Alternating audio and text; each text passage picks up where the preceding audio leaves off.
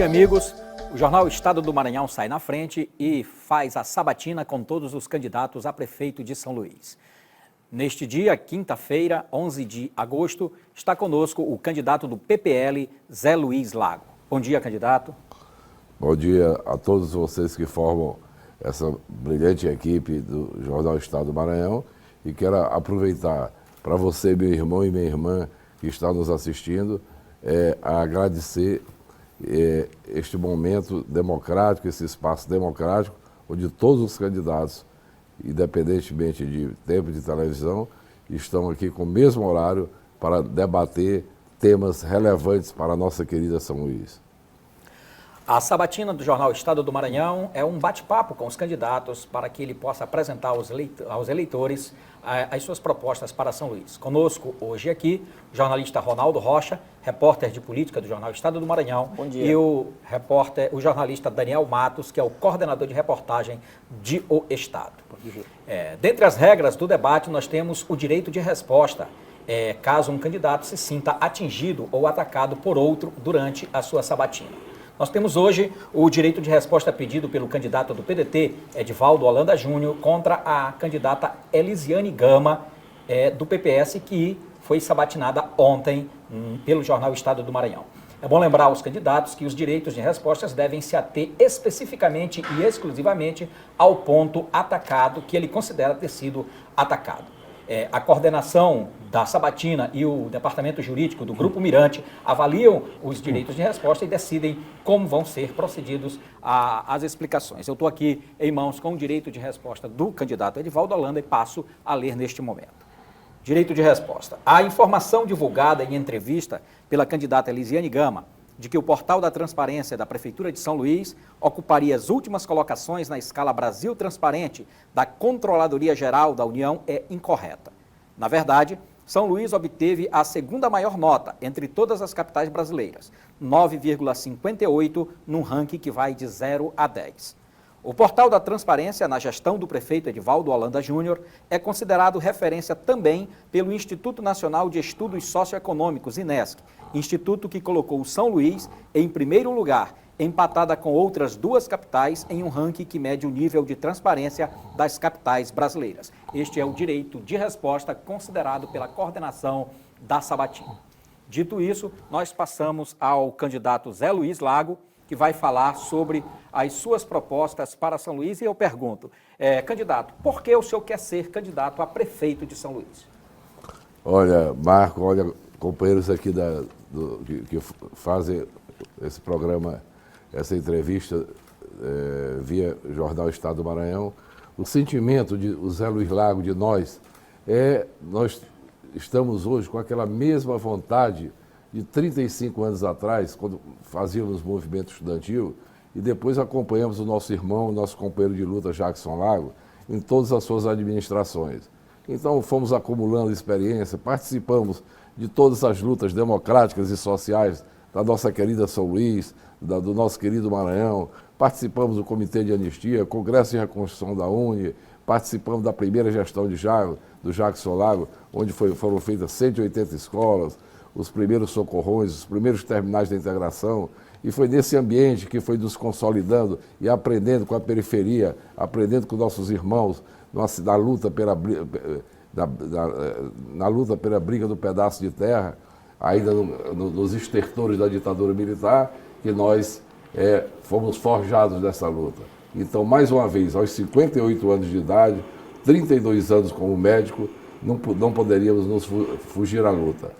Então, somos candidatos, temos experiência e somos candidatos para ganhar as eleições. Candidato, o senhor é candidato por um partido novo, né? O Partido Pátria Livre, o PPL. Foi candidato a governador em 2014 e agora candidato a prefeito. Mas nas duas candidaturas parece que um certo falta de sintonia entre o seu candidato a vice e o senhor. Na última campanha, foi preciso substituir o seu candidato a vice durante a própria campanha. Agora anunciou-se um nome que deveria ser candidato, a sua companheira de chapa, e acabou sendo um outro candidato. O que foi que ocorreu exatamente? O que ocorre nos bastidores do PPL para essas questões todas? Marco, isso é o normal do problema da dinâmica interpartidária, da dinâmica do processo social de cada partido, das discussões internas. Então, isso daí a gente vê como um processo natural. E estamos saindo com a candidata a vice, que é a Simone Cleide, estamos saindo com 28 candidatos a vereador. Então, essa dinâmica de não ter briga, não ter... Tem discussões para o programa, tem discussões quem mais se adequa à história do PPL, como você falou, o PPL não é um partido novo, o PPL é um partido que tem história. O PPL veio do MR8 há 40 anos atrás e com a redemocratização os companheiros que foram exilados voltaram do exílio e formaram uma base, um partido trabalhista, que é o fio da história verdadeiro que o PDT jogou na lata do lixo, o PDT nacional e o PDT estadual. Nós somos o fio da história de Getúlio, de Jango, de Brizola e de Jackson. Candidato, como fazer para apresentar suas propostas, né, e dar seu recado ao eleitor com um tempo de propaganda tão curto, que de aproximadamente 30 segundos? Qual a dinâmica que o senhor vai usar para se apresentar aí ao eleitorado de São Luís? Olha, companheiro, essa questão de tempo de televisão realmente é muito antidemocrático, porém, existem outras formas. Não existe nada mais hoje forte do que as redes sociais. E nada insubstituível do que o corpo a corpo, do que o candidato está lá, casa a casa. Então, isso aprendi ao longo da minha vida com o Jackson. Às vezes, o Jackson tinha um pequeno tempo de televisão contra os candidatos poderosos, e a gente ia, Operação Formiga, e visitava casa em casa, discutia com a classe trabalhadora, com as donas de casa, enfim, com todos os setores organizados e não organizados da sociedade. Então isso não nos aflige, absolutamente em nenhum momento nos aflige. Nós iremos usar esta ferramenta fantástica que a modernidade nos deu, que são as redes sociais, e iremos sim para os bairros conversar, iremos estar presente na coisa que é insubstituível, que é o calor humano, corpo a corpo, olho no olho, para que o cidadão saiba quem está falando a verdade ou não. Candidato, só um momento, desculpe, Ronaldo, só para esclarecer, candidato, o senhor terá uma compensação do seu tempo por conta da leitura do direito de resposta, certo? O senhor vai ter as mesmas 1 hora que teve todos os candidatos, ok? Lembrando que a sabatina do jornal Estado do Maranhão é feita com todos os candidatos. Voltando à pergunta por não, Ronaldo. Candidato, já que a gente está no tema político, chegou a ser cogitado uma frente aí do PPL junto ao PSOL, né, para a disputa das eleições. O que ocorreu? Essa aliança, ela não foi para frente por quê? Verdade, Ronaldo, nós procuramos, inclusive, fazer uma frente, tipo uma unidade popular, como foi feita no Chile, na época de Allende. Os partidos progressistas, como o PPL, que tem uma história, o PSOL, que é um partido também progressista, e o PCB. Porém, não deu para avançar, até por questões internas. Os outros partidos têm 3, 4 tendências. Então, nós respeitamos a decisão do PSOL, nós respeitamos a decisão do PCB, mas não tinha outro caminho do que nós colocávamos o nosso nome para, mais uma vez, enfrentar a luta democrática e popular, para fazer daí, da nossa querida e amada Ilha Rebelde, voltar aos tempos das administrações participativas, democráticas, populares, do nosso irmão e nosso companheiro de luta, Jackson Lago. Candidato, o senhor fala muito no seu irmão, o ex-governador Jackson Lago, uma das lideranças mais importantes da política do Maranhão, mas está um partido que não é o partido dele, o PDT. O Jackson foi um dos fundadores do PDT, tem uma história no PDT, mas o senhor preferiu centrar em um outro partido, conduzir um outro partido. O que o afasta do PDT? O que afasta do PDT é o que o PDT virou, a nível de Brasil e a nível de Maranhão, um balcão de negócio. Vocês todos sabem que é o PDT, quem é Lupe hoje. Vocês todos sabem que é os dirigentes estaduais do PDT que até agrediram numa reunião nacional o filho do Jackson. Então não está o Zé Luiz, não só o Zé Luiz não está no PDT, não está a Clei, mulher do Jackson, não está o filho do Jackson. Mas procuramos uma legenda que tem o mesmo fio da história do trabalhismo brasileiro. Então nós não mudamos, quem mudaram foi eles. Ou seja, ideologicamente, o fio da história de Getúlio, quem criou as bases industriais, as bases de desenvolvimento social do Brasil, como um Brasil-nação, foram os governos de Getúlio, de Jango, os grandes governos em Porto Alegre e Rio de Janeiro de Leonel Brizola, e as 3 vezes que a população de São Luís fez do Jackson seu prefeito. E respondendo ao nosso querido jornalista Marco Dessa, quando eu cito muito o Jackson, Marco Dessa, não é a questão do irmão, tudo. Eu cito porque 35 anos eu convivi com ele, eu não convivi com Sarney.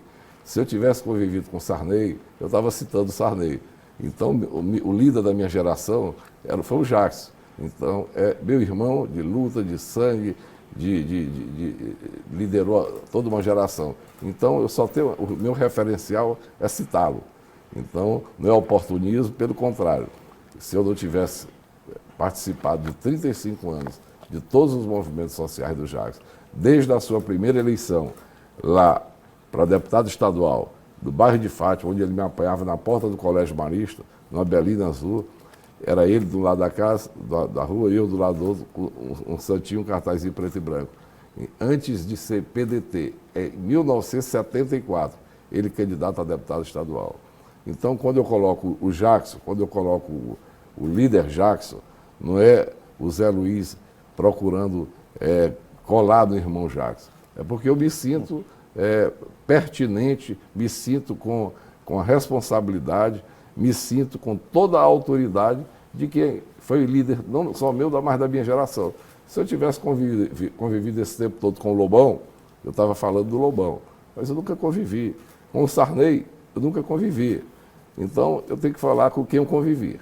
A propósito disso, o senhor citou agora há pouco, a esposa do Dr. Jackson Lago, a doutora Clay, e o filho Igor Lago, que também deixaram o PDT, eles apoiam a sua candidatura? Olha, eu vou procurá-los. Eles ficaram muito arredios depois do trauma que o Jackson sofreu, da cassação covarde, da cassação, da forma que foi tirado à força. Ali não roubaram o mandato do Jackson, ali roubaram o mandato de 1 milhão, a consciência de 1.400.000 maranhenses. Então, ali foi muito traumatizante para a família dele, para a mulher dele, que durante 30 e tantos anos o acompanhou, as vitórias e as derrotas, os sofrimentos, as angústias, e o filho dele também.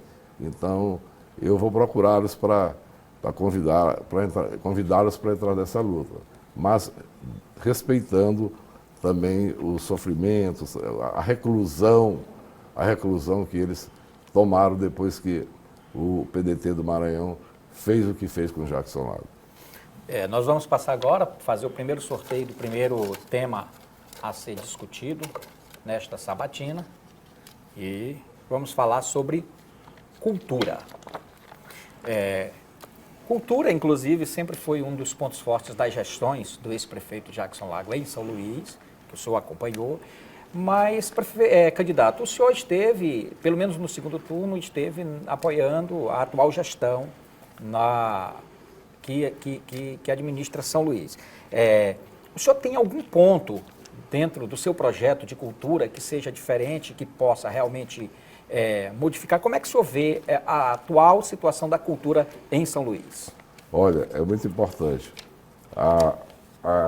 Nós somos a segunda maior base cultural e étnica de todo o Brasil, perdendo apenas para Salvador. Milhares e milhares de irmãos nossos que vieram de outros cantos da África, vieram para cá, de vários cantos, trazendo os seus ritmos afro, o olodum, o tambor de mindo, o tambor de crioula, enfim. Isto aqui é um caldo cultural fantástico. Salvador, os governantes de lá souberam investir maciçamente na cultura. Os daqui se retraíram. Então, nas gestões do companheiro Jackson, teve o início de investimento, mas depois Castelo parou, o atual prefeito parou. Isso aqui é a maior base étnica e cultural que existe juntamente com Salvador. Isso aqui tem tudo para ser uma explosão, um polo de explosão cultural, como Salvador é. Não só de produzir grandes talentos, mas exportar grandes talentos para o eixo Rio de São Paulo e até para o mercado internacional, como já é em Salvador. Candidato, então como resgatar esse protagonismo de São Luís na cultura nacional e internacional? De que forma? Investimento maciço. Investimento maciço. Nenhuma área que... se você pegar cultura, companheiro Ronaldo, educação, nada... Hoje, o exemplo, a educação. A Coreia do Sul chegou a índices de primeiríssimo mundo, porque o aluno fica 10, 12, 14 horas dentro da sala de aula, porque houve maciçamente investimento na educação, que é o início da grande libertação de qualquer sociedade e do crescimento e desenvolvimento econômico. Porém, voltando para a sua pergunta, cultura tem que ser incentivada, é uma questão de Estado, porque no momento que ela é incentivada, a cultura, isso aqui se torna um polo cultural fantástico. Nós temos uma musicalidade fantástica, nós temos uma culinária fantástica. Agora, o que acontece? Isso está muito ligado, paralelamente à questão da cultura, com a questão do turismo. Aqui o turista chega, passa um dia em São Luís, com esse conjunto arquitetônico fantástico que nós temos, com esses talentos maravilhosos que nós temos, e passa 5, 6 dias em Barreirinhas. Então, nós temos, não é querendo de desmerecer, pelo contrário, Barreirinhas, Lençóis são outra dádiva de Deus maravilhosa, mas nós temos que segurar esse turista aqui, como? Incentivando a cultura, investindo na cultura, investindo nos nossos talentos, investindo nesse conglomerado de casario colonial fantástico, de azulejamento português, que fora de Portugal é o maior do mundo, somos patrimônio cultural da humanidade, ou seja, temos todo o destino de ser um grande Estado com potencial de sermos o grande polo de desenvolvimento da cultura nacional. Candidato, nós temos hoje um impasse na cultura de São Luís. Os grupos folclóricos, né, que se apresentam durante as festas populares, Carnaval, São João, há anos não recebem os seus respectivos cachês, né, que deve ser pago pelo poder público, em dias. Para o senhor ter uma ideia, o Carnaval deste ano ainda não foi pago, o São João muito menos, e mais recentemente, a passagem da tocha olímpica aqui pela capital, houve apresentações e esse cachê também não foi pago. Qual a sua proposta para resolver esse tipo de pendência aí no setor cultural? Primeiro, que haja uma determinação de política cultural forte. Se existe o atraso até para pagar brincadeiras, pagar manifestações culturais pequenas, como a gente vê que está o São João, o nosso São João, esses últimos 2, 3 anos, estava quase diminuindo, quase sumindo. Exato. Então, no momento que haja o investimento maciço, que seja colocado nos lugares certos, pessoas certas, que aqui a gente tem grande talento, aqui não precisa buscar ninguém fora dessa área. Então, nós iremos sim fomentar, e é um trabalho não a curto prazo de dizer que no outro vai ser melhor, mas se durante 4 anos um governante investe maciçamente na questão da cultura, com certeza lá na frente iremos colher os frutos. A sabatina do jornal Estado do Maranhão ouve todos os candidatos a prefeito de São Luís para conversar com o eleitor. É a primeira experiência de contato dos candidatos nestas eleições com o seu eleitorado. E dentre as regras da sabatina, nós temos as perguntas via internet, via os internautas, os leitores do jornal na internet fazem, e a gente já tem aqui um bloco de perguntas. Eu gostaria de fazer uma, voltando ao tema que nós tratamos. A Renata Santos, que ela faz a pergunta via WhatsApp, candidata, ela pergunta o seguinte: como o senhor, irmão do ex-governador Jackson Lago, o que o senhor faria de diferente ou de igual ao que ele fez nas gestões dele de prefeito? O senhor aponta assim, como assim eu não faria, assim eu repetiria. Pronto. Renata, né? Renata. Olha, Renata, com certeza, a São Luís que o Jackson Lago administrou era São Luís de 500 a 700 mil habitantes na época do último mandato dele. Hoje a São Luís é de 1.200.000 habitantes. Ele fez 5 unidades mistas. Estas unidades mistas têm que ser triplicadas das suas capacidades e fazer mais 5 onde precisa. no Polo Ilhéus de São Francisco, na zona rural, do Polo São Cristóvão, fazer o grande hospital de urgência e emergência. Ele fez a drenagem da Kennedy, ele fez a São Luís de França, a Praça Maria Aragão. Agora, hoje a sociedade quer mais. A sociedade de mais de 1.200.000 habitantes, nós, está no nosso programa de fazer os grandes escolões, 30 grandes escolões ao modelo de tempo integral, todos saídos do chão de uma vez, para inaugurar tudo de uma vez no sistema pré-moldado, onde a criança, aquela escola integral que vocês conhecem, entra de manhã, aquela que foi idealizada por Darcy Ribeiro, por Leonel Brizola, por Ninha Maia, por Anísio Teixeira, e anexo a ela também um ginásio poliesportivo para que a criança, o adolescente que vá para lá, tenha vontade, seja prazeroso de estudar lá, porque lá vai desenvolver as suas atividades lúdicas. Um tem talento para o jornalismo, outro para a pintura, outro para as artes marciais, outro para o handebol, o basquete, enfim. A escola chamada Escola Integral já é mais avançada do que a escola do tempo integral. A escola integral é a escola que vai formar o novo homem. Então, vamos procurar fazer o que tem feito, o que foi feito, como diz o ditado popular, cada homem serve a seu tempo. O Jackson serviu ao tempo dele a São Luís de 500.000 habitantes, de 600.000 habitantes, de 700.000 habitantes. Tanto que das 3 vezes que o Jackson foi prefeito de São Luís, o jornal Folha de São Paulo colocou como o melhor prefeito de capital do Brasil. Mas, logicamente, a São Luís de hoje quer mais. A São Luís de hoje é mais exigente. A São Luís de hoje quer o transporte de massa com metrô de superfície. Ele tem como fazer, uma cidade de mais de 1 milhão de habitantes, um gestor que tenha capacidade, um gestor que tenha pulso, que tenha relações nacionais, tem condição de buscar que o Senado aprove recursos do BID, do BN, que são bancos interamericanos de desenvolvimento, do BNDES, do Ministério das Cidades, enfim. Hoje temos que ter transporte de massa de qualidade, com ar-condicionado, enfim. E essas escolas, elas têm que oferecer mais do que a escola do tempo integral, que foi uma grande sacada do governo Brizola, e o Jacques começou a fazer das 180 que fez aqui, chegou a fazer 16 escolas, onde o Fantástico, da Rede Globo, mostrou lá do bairro da Santa Clara como um modelo de gestão mais bem acabado de uma escola de tempo integral. O que seria a diferença básica entre essa escola que o senhor fala, que é a integral, e diferente da escola de tempo integral? O que seria? A diferença básica é acoplado à grade curricular formal, acoplado um centro de esportes, onde o jovem vai ter a grade curricular formal, de manhã, higiene, assiste a sua aula, almoça, volta e tem a tarde para o reforço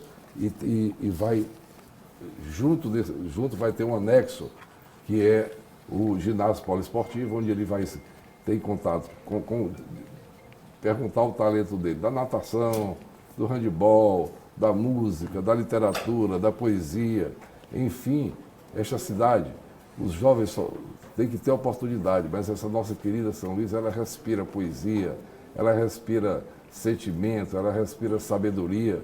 Então nós temos que dar oportunidade ao filho dos menos favorecidos, igual a que os filhos do rico podem pagar 1.000, 2.000, 3.000 reais nas escolas particulares. Então, respondendo bem pontualmente, que foi muito importante essa colocação do grande jornalista Marco Dessa, essa escola, Marco, além da grade curricular formal, oferecer para o jovem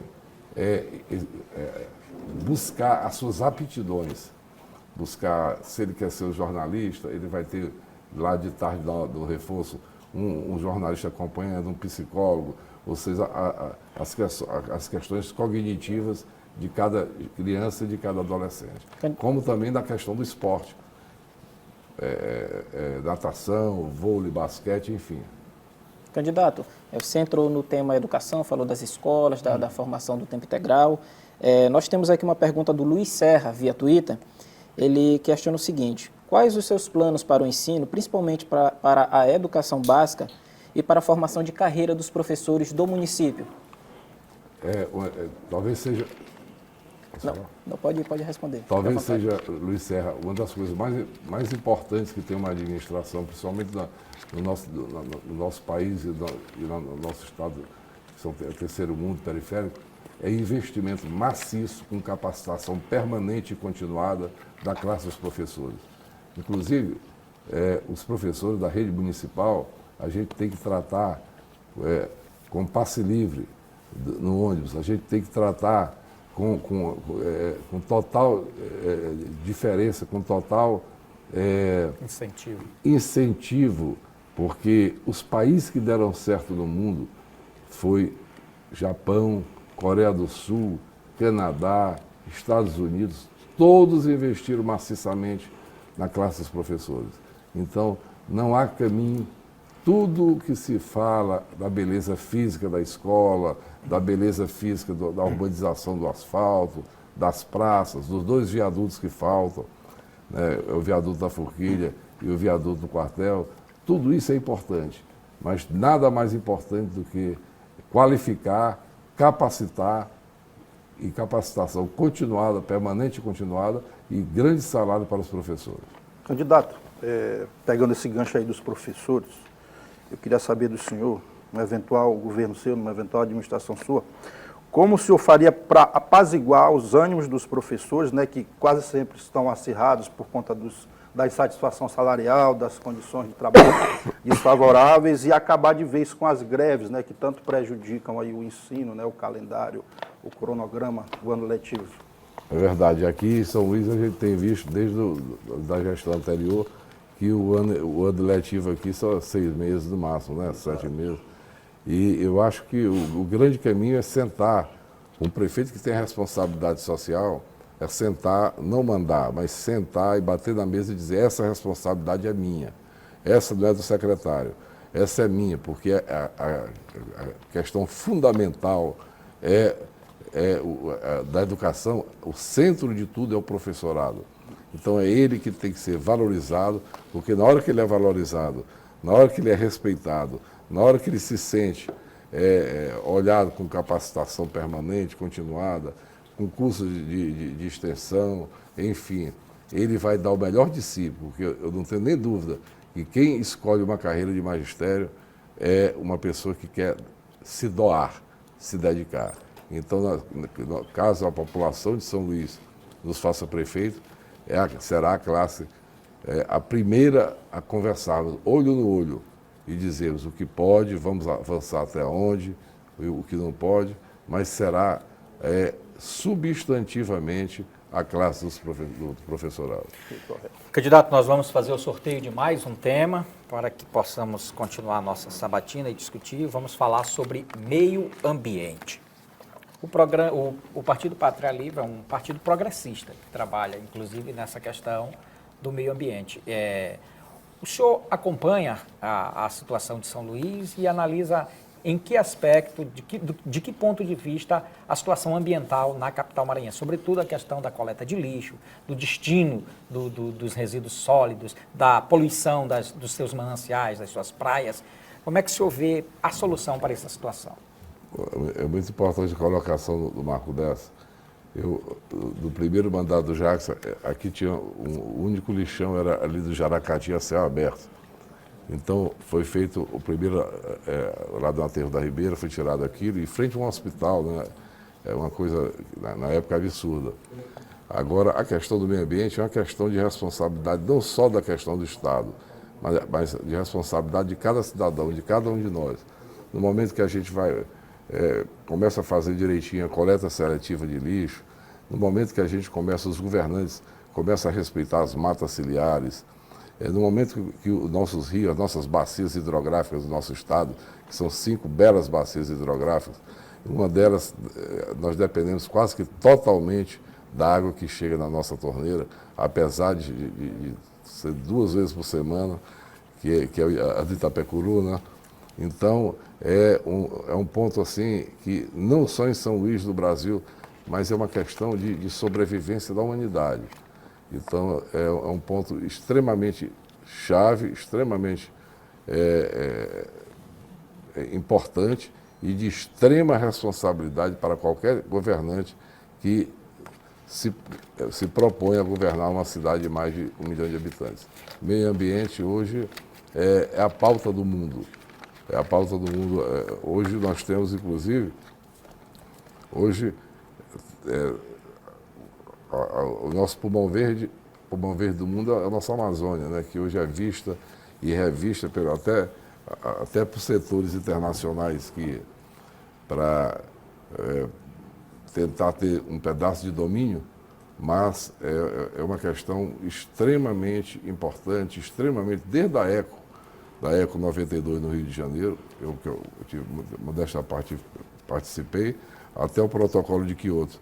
Então, eu acho que é questão de vida ou morte, não só da nossa espécie, mas das espécies vivas, aí, pássaros, animais, vegetação. Então, O senhor concordou com a mudança do aterro sanitário lá da Ribeira para a da Titara, lá de Rosário? Foi transferido agora, fecharam perto do aeroporto, mandaram para coisa. O senhor acha que funciona desse jeito? eu acho que foi uma empurrada com a barriga. Como assim? Porque tirou geograficamente um pouco do problema daqui e colocou para Rosário. Eu acho que tem que se fazer, tem que se buscar com técnicos capacitados do meio ambiente essa questão de um aterro moderno, de um aterro agregado, de um aterro que saiba fazer o remanejo dos resíduos líquidos e sólidos. Então, tem que ser uma questão de uma determinação de Estado. Em que área ele funcionaria aqui em São Luís, num eventual governo seu, um aterro, né? Aqui em São Luís, qual área abrigaria esse tipo de... Olha, nós buscaríamos, Clodoaldo, aí técnicos para melhor avaliar e onde menos irá agredir qualquer aterro, não deixa de agredir, por mais tecnologia que ele tenha, não deixa de agredir 5%, 10% pela a chamada lá, o subproduto. Então, é importante que se reúna com técnicos, com a sociedade civil, que se abra um diálogo com a sociedade, de audiências públicas, para que realmente se leve a bom termo um aterro que seja o menos poluente, menos agressivo à nossa cidade e também aos nossos irmãos circunvizinhos. Candidato, o abastecimento de água, né, e o saneamento básico aqui em São Luís, eles são geridos pela CAEMA via concessão, né, dada pela prefeitura, né? E dessa relação nós temos problemas, e um deles é a poluição ambiental, que o exemplo maior é as praias, né, que elas recebem esgoto não tratado e estão aí quase todas impróprias para banho, né, conforme os laudos de balneabilidade emitidos aí mensalmente. O senhor tem algum plano de rever essa concessão ou pelo menos tentar aprimorar via discussão com a CAEMA? Como melhorar essa questão? Existem 2 órgãos que têm que ser municipalizados. A CAEMA já mostrou que não deu certo. A CAEMA não deu certo. Em várias cidades importantes do nosso país, inclusive no interior do Maranhão, é o SAI, Serviço Autônomo de Água e Esgoto, que funciona normalmente.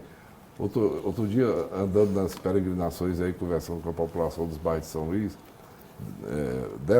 você fica impressionado. Quase a 5 minutos da Praça João Lisboa, o bairro do Lira, da Belira, Madre Deus, por ali, dá água 2 vezes por semana, pingando na torneira de madrugada, na nossa São Luís de mais de 400 mil habitantes. Então, isso é um absurdo. Então, o Estado já mostrou que não tem capacidade de ter a gestão da CAEMA, da gestão da captação, da distribuição, do tratamento e da distribuição muito domiciliar da água. A mesma coisa é a SEMAR. É a maior quilowatt-hora do mundo. Então, caso a população de São Luís nos faça seu prefeito, nós iremos sentar na mesa para rediscutir fortemente, independente, sem nenhum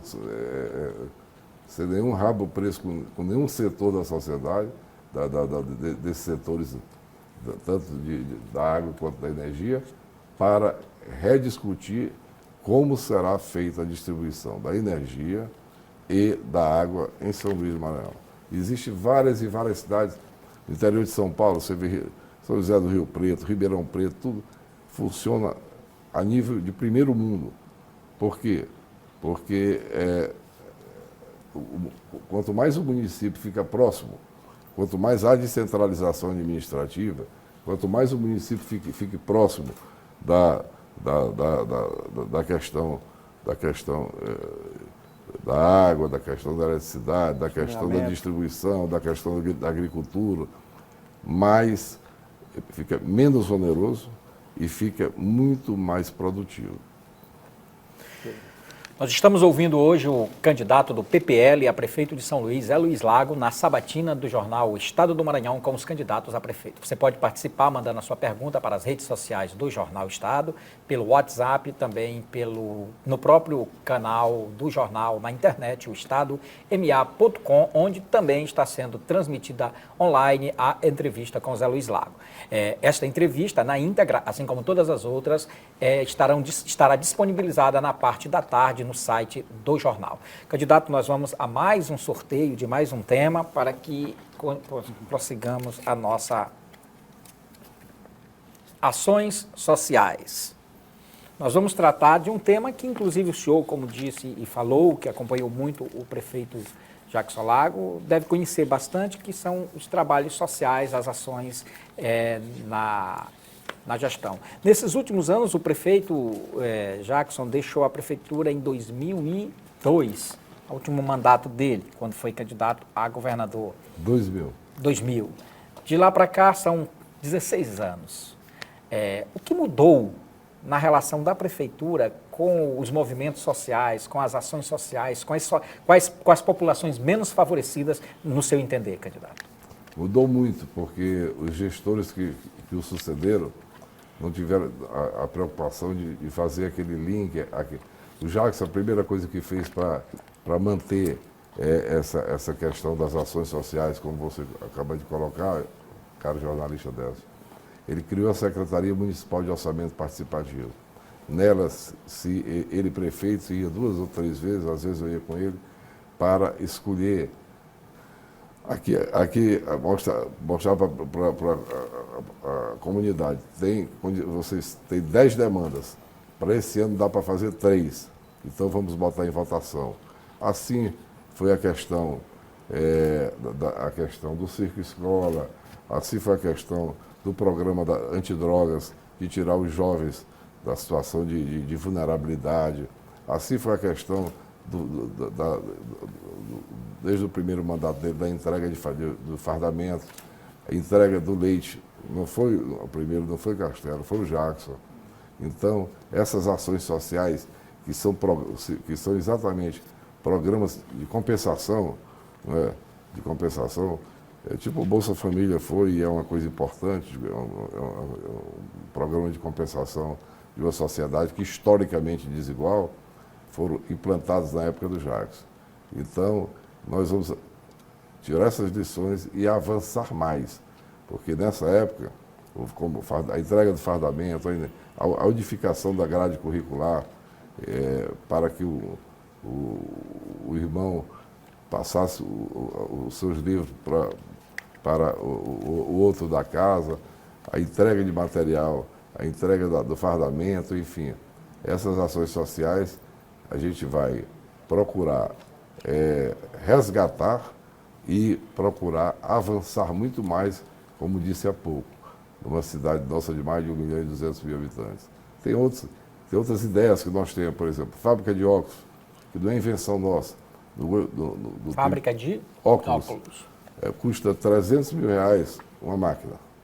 No primeiro governo de Miguel Arraes, em Pernambuco, no segundo, depois voltou do exílio, ele botou uma fábrica de óculos. É um exemplo só dessa questão social. Enquanto a população fica aí um carnê pagando 40, 50 meses uma ótica, onde a primeira parcela ele já paga o óculos, essa fábrica faz um óculos por R$1. Então, é um dos exemplos, como tantos outros exemplos que a gente tem para fazer essa integração das ações sociais. Então, a Prefeitura tinha condição de doar óculos, desde da pré-escola, criança que está com dificuldade de aprendizagem, até o adulto jovem, o adulto mais idoso, que precisa de usar óculos. Então, apenas um exemplo e resgatando também a questão das práticas e a questão do modelo de assistência social do Jacques. O senhor tem conhecimento da chamada Cracolândia do João Paulo? O senhor conhece? Tem solução para aquela situação? Para tudo tem solução. O senhor já pensou em alguma situação para resolver? Até porque é uma área de comércio muito forte e que está sendo degradada por conta dessa situação. Não tem nem dúvida. Para tudo, a própria Cracolândia de São Paulo, que é muito mais forte do que a daqui, os governantes lá não tiveram muito pulso, deixaram a coisa crescer muito. Primeiro reinserir aqueles jovens que são, geralmente, entraram no mundo da vulnerabilidade das drogas com 8 anos, 9 anos, isso, garoto e garotas. Eu já vi na Cracolândia de São Paulo e já vi daqui, garotas grávidas com 10, 11 anos, com uma boneca de brinquedo na mão e uma gravidez na barriga. Então isso é de cortar o coração. Para isso tem que se fazer um grande programa antidrogas, um grande programa de inserção social dessas jovens e jovens, garotas e garotos, para levar para esses escolões de 3 mil, que a gente pretende fazer 30, em tempo integral, ter um acompanhamento psicológico, ter um acompanhamento de busca também de parentes, que isso ajuda muito, porque não se pode a gente ignorar, na hora que a gente passa com o vidro do nosso carro aberto e vê aqueles milhares de irmãos nossos. Hoje são eles lá. Amanhã pode ser uma filha sua, pode ser uma filha minha.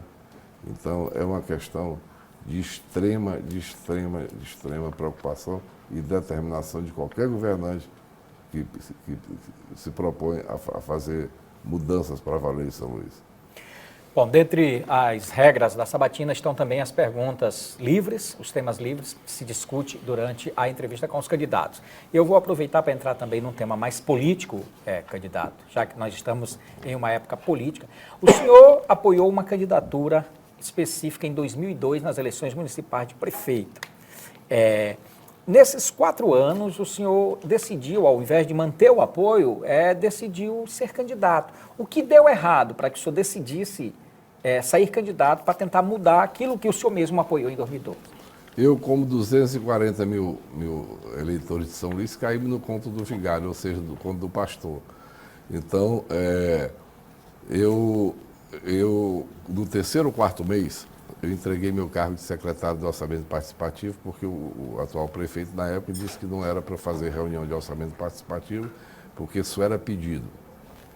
E depois o prefeito pediu que eu contratou uma empresa que não tem nenhum sentimento social, que não é daqui, para que fizesse o enxugamento da máquina. A primeira secretaria que ele mandou enxugar a máquina foi uma secretaria pequena como a nossa, de orçamento participativo, que tinha 80 funcionários, gente muito humilde, gente que foi pai de família, salário pequeno, R$900, R$1.000, e pediu que eu demitisse. Eu disse que eu não demiti, essa mão não demitiria um funcionário.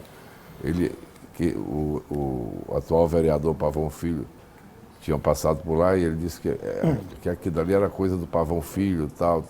Eu disse, não, eu conheço, esse pessoal antigo, de Jacques, participava. Basta o senhor me dar ao mínimo, botar até combustível no meu carro, o mínimo para a gente fazer as reuniões. E ele disse que tratou isso como fosse uma questão do vereador Pavão Filho. E o que eu fiz, mostrar depois que 2 meses depois, eu saí, entreguei o carro, 2 meses depois o líder do governo dele era o Pavão Filho. Então eu não podia mais continuar numa coisa que eu não acreditava mais. E dentre os candidatos que estão aí, o senhor tem um partido que que tem um tempo pequeno na campanha. Houve algum assédio, alguma tentativa de aliança desses outros demais candidatos nessa eleição já? Alguém lhe procurou? Não houve. Também das candidaturas outras, nenhuma lhe agradou para que pudesse, ao invés de ser um candidato, entrar num apoio? Não, porque a gente tem uma determinação de crescimento do nosso partido e a gente acha que dentro desse quadro de São Luís, a gente que conhece um pouco dessa ilha, a gente acha que com determinação, com coragem, com boas propostas, a gente acha que a gente pode ganhar a eleição em São Luís. A eleição em São Luís está indefinida. A eleição em São Luís não tem mais grandes líderes. Não tem mais o Jackson, não tem mais o Cafeteira, o Castelo está no final. Até as pesquisas que vocês olham, não tem, quem está em primeiro lugar tem 20%. Então, e é proibido botar o nome do Zé Luiz lá. Agora eu acho que não, porque teve convenção, já sabe que eu sou candidato. Mas nem na induzida eles botavam o meu nome. Pois é, essa é uma questão. Os institutos, e a gente tem acompanhado algumas pesquisas e tem recebido para divulgação, os institutos alegam que o seu nome não é citado por nenhum eleitor. Por isso o seu nome não aparece nos levantamentos. Eles incluem nas fichas e a gente recebe. As fichas estão incluídas. Está incluído, mas não aparece. Eu acho meio estranho, porque eu já tive nessa cidade em 98, 42 mil votos para senador. Na última eleição de governador, sem nenhuma estrutura, eu tive 14 mil votos. E não aparecer, eu acho... Você acha que há um direcionamento nas pesquisas? Olha, eu seria leviano de apontar o dedo para algum instituto. Mas, como as convenções já aconteceram, a nossa já ratificou o nosso nome, nós iremos agora para a rua, para bairro. Eu não tenho nenhuma dúvida que a gente vai aparecer aí e a gente vai crescer bastante. Candidato, o senhor considera justa a forma como são desenhadas os processos eleitorais? O senhor vê que há um direcionamento entre uma candidatura e outra ali para fazer uma espécie de polarização, deixando as outras? Como é que o senhor avalia esse processo eleitoral em si? Ele é totalmente conservador, atrasado, eu concordo com você, porque até a reforma, no momento que o Brasil passa por toda essa lama que está aí, até a reforma que se diz para melhorar, para diminuir o gasto de eleição, para tentar limpar as eleições, limpar a classe política, são reformas conservadoras. Você vê que o jogo é feito para os grandes, a lei é feita para os grandes. Então, a gente, como não tem outra saída, pior do que isso aí, é uma ditadura que minha geração viveu. Então, nós temos que dançar conforme a música. Agora que a sua colocação, jornalista Marco Dez, é extremamente pertinente e realmente as cartas são para a bipolaridade, são para os mesmos disputarem os mesmos e ganhar os mesmos. Né? Então, mas São Luís é uma cidade livre, as capitais do Brasil são cidades livres, são capitais livres, e a gente acredita que naquele ímpeto da nossa querida Ilha Rebelde, do povo livre, corajoso, e mudarmos esse quadro aí e ganharmos a eleição. Candidato, Pois não. o senhor passou 8 meses, está 8 meses morando de volta em São Luís, né? Portanto, passou um certo tempo fora aqui da capital. O senhor acha que conhece suficiente a realidade atual de São Luís para almejar administrar a cidade? Na verdade, eu não estou 8 meses, eu ficava indo e voltando. Mas, modéstia à parte, eu conheço essa cidade, os seus problemas... Falo da realidade atual. Atual, como a palma da minha mão. E qualquer bairro, qualquer local que o novo jornalista Daniel Matos colocar, a gente conversa sobre qualquer polo, as deficiências, enfim. Essa foi a escola de vida que eu tive, o aprendizado que eu tive foi dos bairros de São Luís. Então, mesmo hoje, a São Luís de 1.200.000, eu conheço mais profundamente, está entendendo?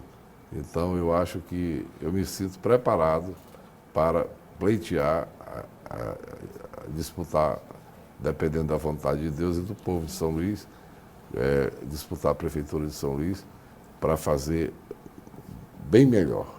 Candidato, quais os principais problemas da cidade você aponta hoje aqui em São Luís? O que resolver primeiro aqui em São Luís? Olha, hoje São Luís, são vários, né? Mas acessibilidade urbana, tem que ser feito esses 2 viadutos. Tem que ter um prefeito arrojado para começar um metrô de superfície, cortando São Luís de norte a sul, leste a oeste, ele integrado aos 5 terminais da integração já existentes e fazer mais 5. Os 5 que existem hoje era São Luís até, como eu te falei, de 750 mil habitantes. Saturados. Você fala da questão da mobilidade urbana, né? Da mobilidade urbana. Isso é uma coisa que é muito importante. A gente pensa que não é, mas a mobilidade urbana, na hora que o pai de família ou a mãe de família consegue, na maior dificuldade do mundo, uma vaga no mercado de trabalho, ele olha para trás, aí vê 2 filhinhos dele, com quem eu vou deixar? Se eu for pagar uma pessoa, vai embora o salário todinho. Então, São Luís precisa de, no mínimo, 150 creches. No mínimo.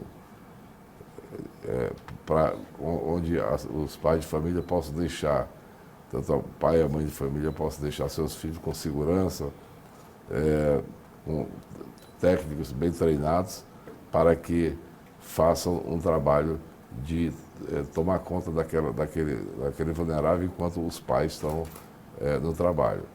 E outros, a saúde está sucateada, o Socorrão, desculpa, o Socorrão 2 que foi feito, foi comprado, adquirido pelo Jackson Lago, na época, era um hospital abandonado no médico Remy 30. Eu levei o Jackson para fazer a prefeitura para fazer essa compra. Passou anos e anos servindo o Maranhão inteiro.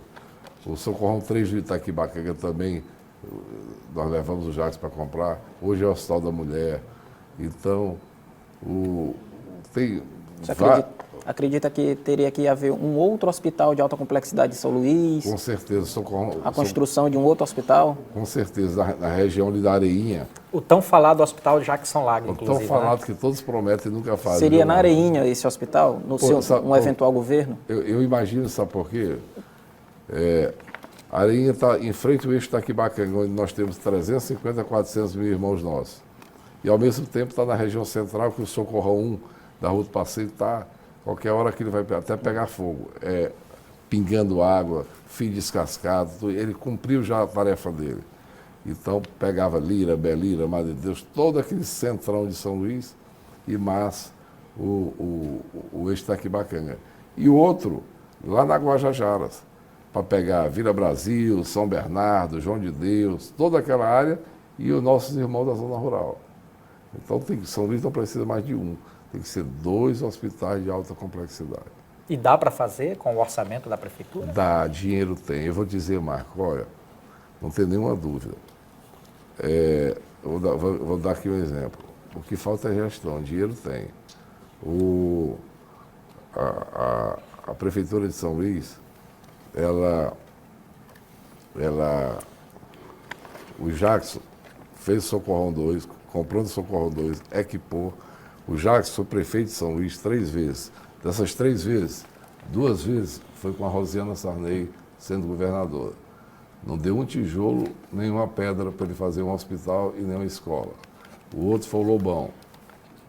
O Jackson fez mercado da Liberdade, fez escolas, fez tudo. Quando se quer, faz. Agora, dinheiro tem, o que não tem é gestão. Então não tem nenhuma dúvida. E outra coisa, é muito fácil buscar dinheiro para o hospital de alta complexidade, do BNDES, no BIRD, porque é uma cidade de mais de 1 milhão de habitantes que tem lastro para pagamento a longo prazo, 20, 30 anos. O que um prefeito que tem a capacidade, não que está aí, mas que tem a capacidade de chegar no Ministério das Cidades, no BIRD, chegar no Senado da República e pedir os senadores, olha, é o Senado que aprova o empréstimo internacional. Nós estamos precisando disso, que não é coisa cara.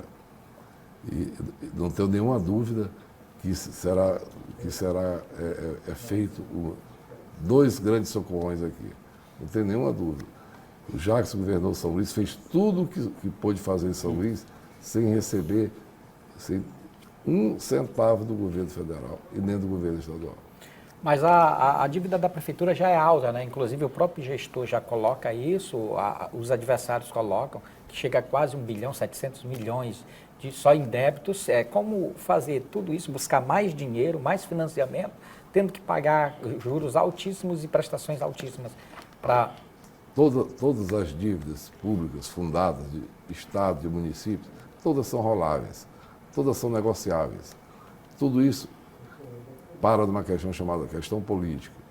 Então, jamais uma cidade de 1.200.000 habitantes irá deixar de fazer investimento maciço em coisa tão fundamental e tão importante por causa de débito, não. Não tenho nenhuma dúvida.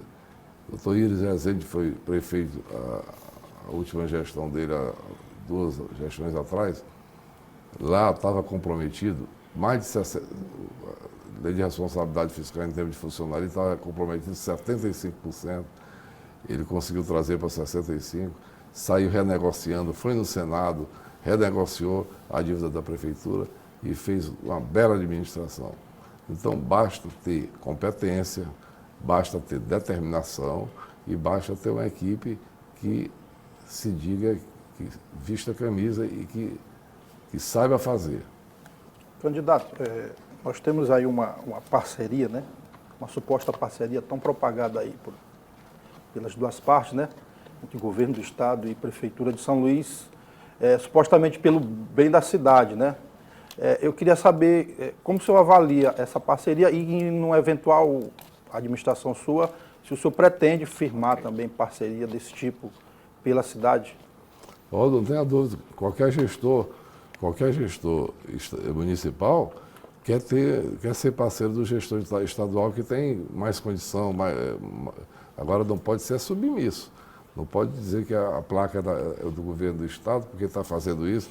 Não se pode ser mandado e telemandado. Quer dizer, o povo de São Luís é um povo de história, um povo livre, de cultura, um povo rebelde, independente. Agora, se for uma coisa feita às claras, vamos dividir isso aqui, essas despesas, vamos dividir esse socorrão, vamos dividir isso. Absolutamente, quem seria eu que nasci em São Luís, amo minha terra, nasci há 58 anos aqui na Praça do Mercado Central, então não tem por que a gente não torcer pela nossa querida São Luís. O senhor vê alguma influência do governo do estado nesta campanha eleitoral? Algum tipo de influência? Não tenha dúvida. Para bem ou para o mal? Não tenha dúvida. Por exemplo? Não tenha jogando a máquina aí em cima de um candidato, mas a população de São Luís é mais sábia do que isso tudo. Vamos fazer o sorteio de mais um tema, candidato, nesta manhã de quinta-feira, e vamos falar do turismo. Ótimo. A gente já até abordou alguns pontos aqui do turismo, mas são criticadas. Esse setor é um dos setores mais criticados, né, que existe em São Luís. Existe alguma proposta do PPL para este setor específico? Como eu te falei, nosso conjunto arquitetônico belíssimo, nós temos que rever a questão de gabaritos da Orla Marítima de São Luís para atrair rede hoteleira nacional e internacional, para gerar emprego, gerar renda, como todas as capitais nordestinas. O que é que nós temos de beleza? É o nosso conjunto arquitetônico, nossas praias e nossa gastronomia. Agora, o turismo, como eu te falei ainda há pouco, o turista passa hoje em média um dia e meio em São Luís e 6 dias em Barreirinhas. Então, por quê? Porque não tem essa infra que a capital devia ter. Mas é uma indústria limpa, é uma indústria que gera dinheiro, mas se você me permitir, Marco, que eu quero fazer um paralelo do turismo, se você me permite. Pois não, vontade. Com outro tema. Uhum. Nós temos uma coisa fantástica para gerar emprego e renda, logicamente, além do turismo, pelo conjunto arquitetônico, pela gastronomia, pela musicalidade, pelos talentos nossos. Nós temos tudo para ser uma capital turística das mais belas e de maior potencial do Nordeste. Mas nós temos uma coisa também que iria gerar emprego e renda. Nós temos um porto de Itaqui, que dista apenas 4 mil quilômetros dos mercados internacionais como China, Europa e Estados Unidos. Esse porto de Itaqui pega minério de ferro da Serra de Carajás e exporta a preço de banana para os mercados internacionais. O que é que nós temos? Um prefeito que tem a força, a determinação, chega, é fazermos um polo minero-metalúrgico na zona retroportuária de Itaqui. Estou falando isso porque tem que ser paralelo ao turismo.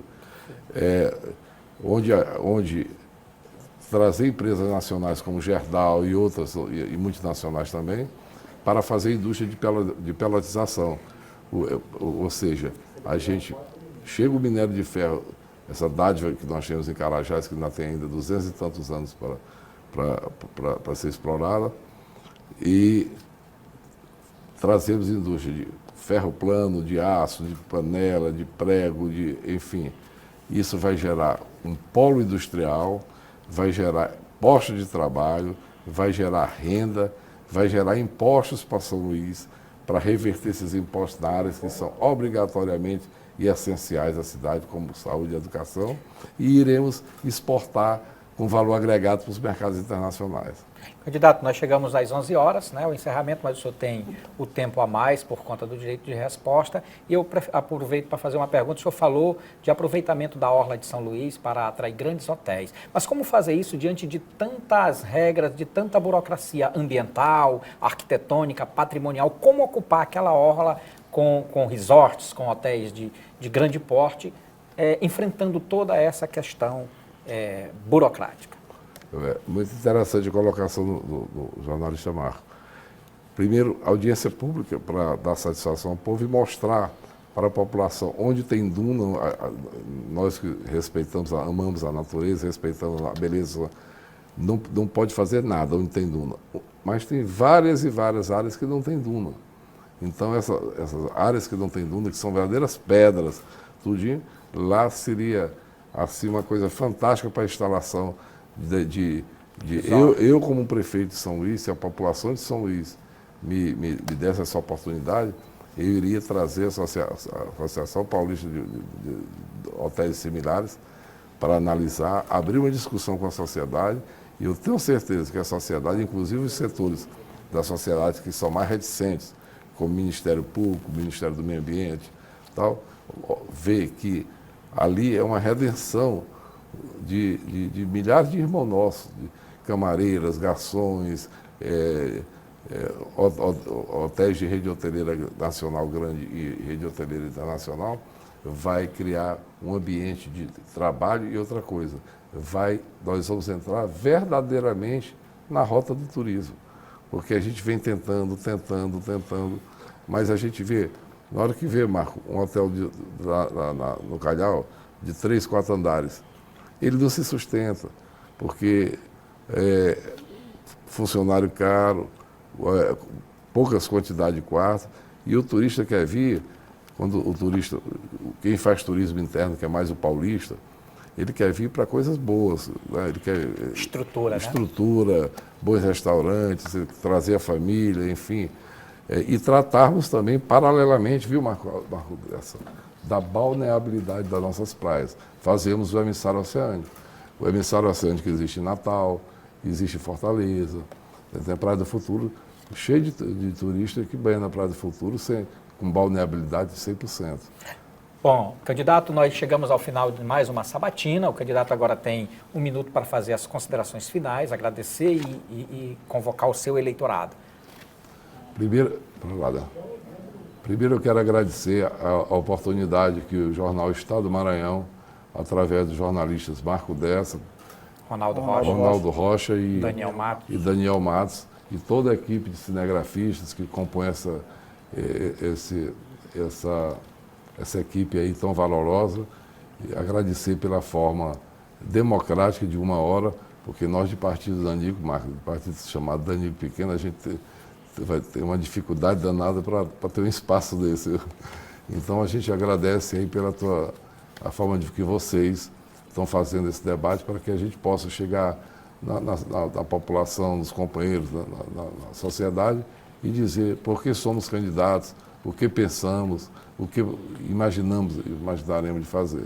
Eu deixo a cada time, meu irmão e minha irmã, Muito obrigado que esteve acompanhando até agora essa sabatina do Zé Luiz Lago, PPL, né?